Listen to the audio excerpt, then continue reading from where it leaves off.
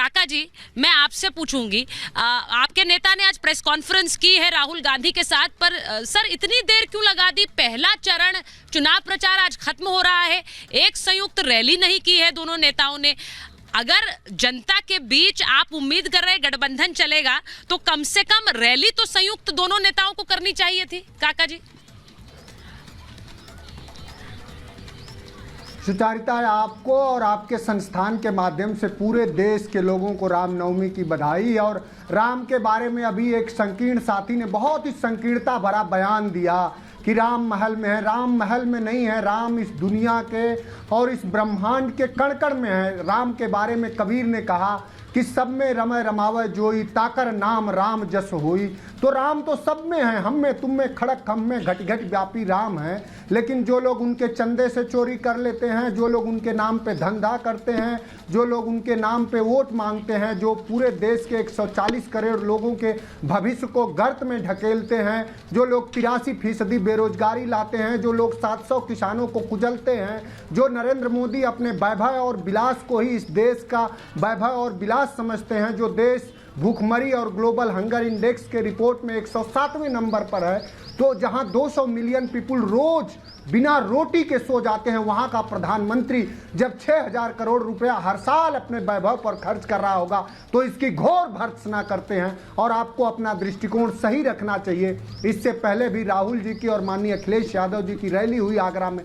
आप तो काफ़ी जनवादी पत्रकारिता करती हैं, थोड़ा अपने दृष्टिकोण को व्यापक रखिए, अपने सवालों को घुमाइए और उन झूठ बोलने वाले झूठों के सरदार से पूछिए कि तुम्ही ने तो भाषण दिया था कि रुपए की जब गरिमा गिरती है तो देश की गिरती है। तुम्ही ने तो कहा था कि 2 करोड़ रोजगार देंगे। तुम्ही ने तो कहा था कि अच्छे दिन आएंगे। तो कैसे अच्छे दिन आए? जब डीजल 50 रुपया लीटर था तब आया कि अब 100 रुपया लीटर है। पूरे देश के संसाधनों को लूट रहे हो और चंद उद्योगपतियों के घरों में जमा कर रहे हो। तो इस तरह से देश की समृद्धि नहीं होगी। और राम यही चाहते हैं कि इस देश से बेरोजगारी खत्म हो, भूखमरी खत्म हो।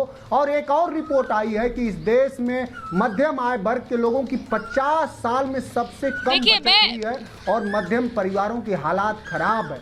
और इलेक्टोरल बॉन्ड में कितनी लूट हुई ये पूछिए भारतीय जनता पार्टी का महिमा मंडन करने वाले।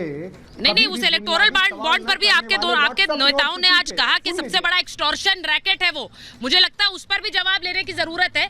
और सवाल ये भी कि इस इलेक्टोरल बॉन्ड की गूंज यहाँ पर गांव देहात में है कि नहीं? काका जी, आप तो जमीन से जुड़े नेता हैं, आप जानते हैं। मैं इसीलिए लोगों के बीच यहाँ पर आई हूँ कि भाई गाँव में कौन से मुद्दे इन लोगों के बीच इंपॉर्टेंट है।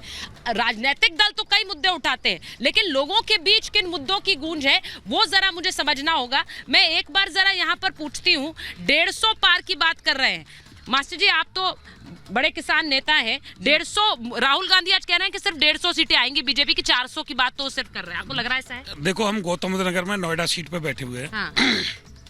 ये जिला मायावती ने बनाया था। हाँ। लेकिन हम उस कांड को नहीं भूल सकते जो घोड़ी बछाड़ा के हमारे राजपूतों के 6 बच्चों को शहीद किया था, गोली करके मार दिया था मायावती ने। ना भट्टा पारसोल कांड को हम भूल सकते जहां हमारे बच्चे शहीद हुए थे, ना जिकरपुर कांड को हम भूल सकते जहां हमारे किसान शहीद हुए थे। यहाँ मुद्दा आज मैं बता रहा हूँ, एक मिनट सुन लो। मायावती ने यहाँ खून से होली खेली किसानों से, उसको किसान कभी जीवन भर नहीं भूल सकता। दूसरी बात यह है समाजवादी पार्टी की।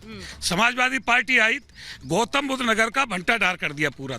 जिम्स अस्पताल को ठप कर दिया, गौतम बुद्ध नगर यूनिवर्सिटी को ठप कर दिया, जो जेवर एयरपोर्ट है उसको कह दिया हम आगरे ले जाएंगे। तीनों जो विकास प्राधिकरण है यहाँ, उनको बिल्कुल जो जितना पैसा था सबको यहाँ से लेके निकाल करके और प्राधिकरण ठप होने की स्थिति पे आ गए। अब मैं बता रहा हूँ भाजपा की।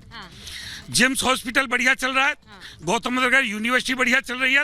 रोनीजा गांव पे ही माननीय योगी जी ने ट्रामा सेंटर दिया है, 150 बेड का हॉस्पिटल दिया है, 3 डिग्री कॉलेज दिए हैं। भाई 3 डिग्री कॉलेज दिए हैं जो हमारे यहाँ दनकौर पे, रऊपरा पे और जेवर पे है। जेवर का अस्पताल अच्छा कर दिया। और दूसरी बात मैं बता रहा हूँ, खनन पे उन्होंने कोई टैक्स नहीं छोड़ा। मैं एक बार मास्टर जी मैं वापस आऊंगी क्योंकि मैं जरा जल्दी से लोगों से पूछ लेती हूँ मुद्दा क्या है इस बार चुनाव? मुद्दा प्रभु श्री राम मंदिर है। अच्छा, मंदिर का मुद्दा है? बिल्कुल मंदिर का मुद्दा है। रामनवमी के ये जो विपक्षी है मंदिर के जो उद्घाटन में भी नहीं गए, हमारे लिए बहुत बड़ा मुद्दा है। ये आपके लिए मुद्दा है। आप बताइए, आप क्या सोचकर वोट डालते हैं चुनाव में? बीजेपी बढ़िया है। अच्छा, चलिए मैं तो ये पूछ रही हूँ कि आप लोगों के मुद्दे क्या हैं? 400 पार इस बार बीजेपी कह रही है, राहुल गांधी और अखिलेश यादव कह रहे हैं 150 आएंगे। बीजेपी ने जो काम किए वो बहुत अच्छे किए हैं, सीधे ही लाभ पहुंच रहे हैं। हाँ। हमें पेंशन मिल रही टाइम पे ही, और आयुष्मान कार्ड बनवाए हैं, उससे भी जो है वहाँ में स्वास्थ्य में वहाँ में इलाज में बहुत फायदा है। हाँ। और किसान सम्मान निधि है, ठीक है। वो टाइम पे मिल रही है।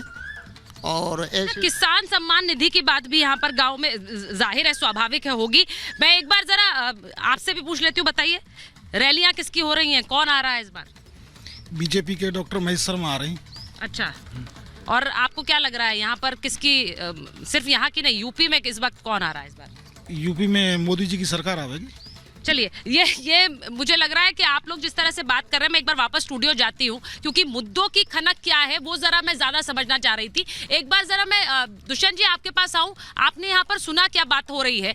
सवाल ये है कि आपके जो नेता हैं, या फिर मैं राहुल गांधी की बात करूं, उन्हें इतनी देर हो गई इस चुनाव प्रचार में उतरते हुए। पश्चिमी यूपी की सीटें इस बार पहले चरण में हैं। मैंने पहले भी कहा, रैलियां कहाँ हुई हैं? देखिए, वो देश भर में कैंपेनिंग कर रहे हैं, रोज उनकी रैलियां होती हैं, आप दिखाते ही नहीं हैं। अगर आप दिखाएं तो लोगों को पता चले। मीडिया उनकी रैलियां दिखाती नहीं, मीडिया को फुर्सत नहीं है मोदी जी को दिखाने से। हमारे भारतीय जनता पार्टी के साथी प्रवक्ता से मैं ये पूछना चाहता हूं कि भारत की प्रति व्यक्ति आय की जीडीपी में भारत कौन से पायदान पर आज खड़ा है?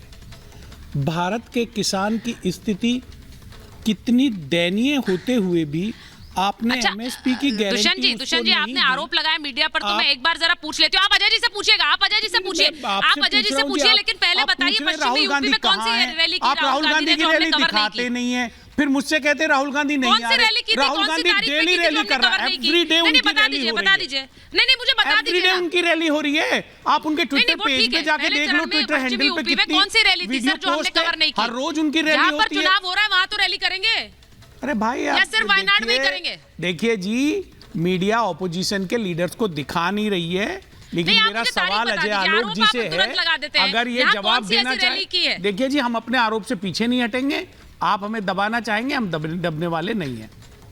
हाँ, तो फिर तथ्यों के साथ आरोप लगाएंगे तो मैं स्वीकार करूंगी, तथ्यों के बिना लगाएंगे तो मैं बिल्कुल नहीं स्वीकार करूंगी। आप बताइए, आपने राहुल गांधी की कौन सी रैली कब दिखाई है? आपने अपने शो में उनकी विजुअल तक तो आज की रैली की चलाई नहीं है। पश्चिमी यूपी में कौन सी रैली? आज पश्चिमी उत्तर प्रदेश में उन्होंने रैली की, आपने राहुल गांधी का विजुअल तो चलाया नहीं है। वहीं पर है ना पहले चरण में चुनाव, आप बता नहीं पाएंगे सर? अरे मैं बता नहीं पा रहा हूँ, मैं बता रहा हूँ भाई आपको। अभी उन्होंने राजस्थान में करी, आज कर रहे हैं, सवाल पूछिए, हर दिन कर रहे हैं। अजय आलोक जी से मेरा प्रश्न है, वही तो भारत सरकार, आप तो नाराज हो गए। सुचेरिता जी, मैं क्या विपक्ष के नेता की रैली को आपके टीवी पर दिखाए जाने के लिए प्रश्न नहीं कर सकता क्या? मैं भी भारत का नागरिक हूं, मैं भी किसी नेता को पसंद करता हूं, मैं चाहता हूं वो टीवी पर दिखे। देखिए भारत सरकार अर्जेंटीना से 20,000 टन दालों का आयात कर रही है। आलोक जी, प्रश्न सुन लीजिए। भारत सरकार ब्राजील से 20,000 टन दालों का आयात कर रही है, लेकिन भारत के किसान को दाल उत्पादन बढ़ाने के लिए एमएसपी की गारंटी क्यों नहीं दे रही? आप अपने किसान को प्रमोट क्यों नहीं कर रहे हैं? उनको गारंटी क्यों नहीं दे रहे हैं, जिससे आपको बाहर से चीजें आयात ना करनी पड़े?